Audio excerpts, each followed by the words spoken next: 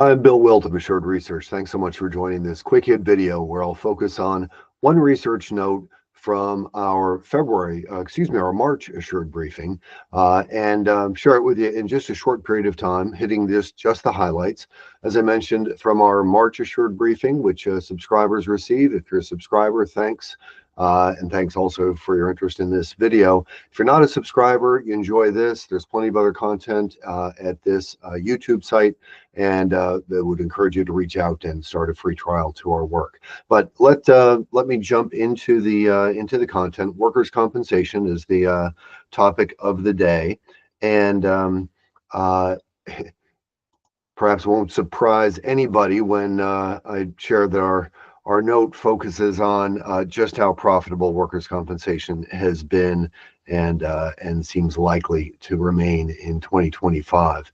So here we are, and just really the one slide that I'll show. On the left-hand side, what you see is the accident year to date. This is data through 9/30. Here we are recording this in very early March, just days away from receiving the full year 2024 annual statements. But with data through 9/30 of each year, going back to the beginning of this century, accident year data, which you can get from the quarterly filings, you have a year-to-date loss ratio that for the last several years has been about a standard deviation below its century to date average. Over on the right-hand side, when you look at, we have a couple of different methodologies that we use to estimate the return on surplus from workers' compensation. These specifically are the median returns across the top 10 workers' comp writers, allocating, using a couple of different techniques, allocating surplus to their workers' compensation business. So it's not perfect. No return on surplus measure is when you're trying to get it down to an individual line of business level. But again, no surprise, both of these point to really generous returns on workers' compensation, kind of in the 20 to 25-ish% range over the last several years, and on a combined ratio that's kind of been in the mid-ish, call it the mid-ish 80s, once you the calendar year combined ratio when you factor in favorable reserve development. So what else is happening in the line, and what specifically are we watching, drawn from research in February and then coming up in April? So in February, we produced a report that looked at the labor market and its interplay with workers' compensation, taking cues from research done by the Workers' Compensation Research Institute, very valuable work that they do.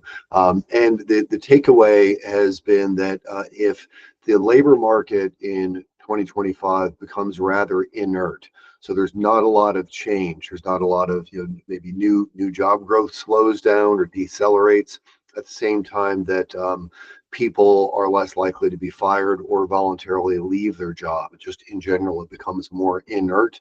That's actually good for workers' compensation insurers, because something like half of workers' compensation claims are coming from people who have been in their job for 2 years or less.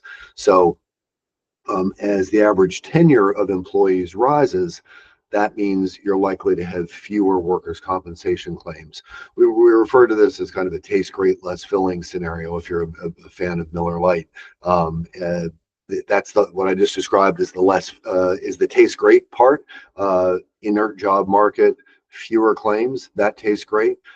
But that would also be less filling. There would be less premium growth if the job market becomes more inert, if new wage growth and new job growth begins to maybe decelerate. So perhaps tastes great, less filling in 2025.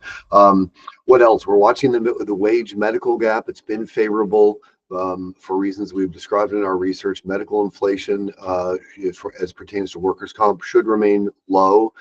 There's kind of a measurement anomaly, I guess I'd call it, in the NCCI's methodology that's going to be favorable, at least just modestly, but favorable in 2025, along with other, currently favorable trends. So we're watching that. That's, good news is that gap is positive, remains positive. That's helpful for workers' compensation insurers. It does feel like the market's becoming more competitive and you have rate decreases accelerating. And then we're going to watch in 2025 the rate of medically insured and medically uninsured. Right now, the rate of medically uninsured is at about 8%. Is about as low as it's ever been, at least the lowest it's been in quite a very long time. That's generally beneficial for workers' compensation insurers. But the participation in the Affordable Care Act, for instance, that is at an all-time high at I think 21 million people as of about a year ago. And if those premium subsidies, for instance, if they lessen or are taken away, and that leads people to make different choices about healthcare, that could lead to at least incrementally more workers' comp claims. So maybe a slight headwind there. So there's a number of events that we're watching. Hope you come along with us for the ride and reading our research, and we'll be watching workers' compensation in 2025. Thanks so much for taking part in this video. And again, reach out if you'd like a trial to our work. I hope you have a great rest of your day.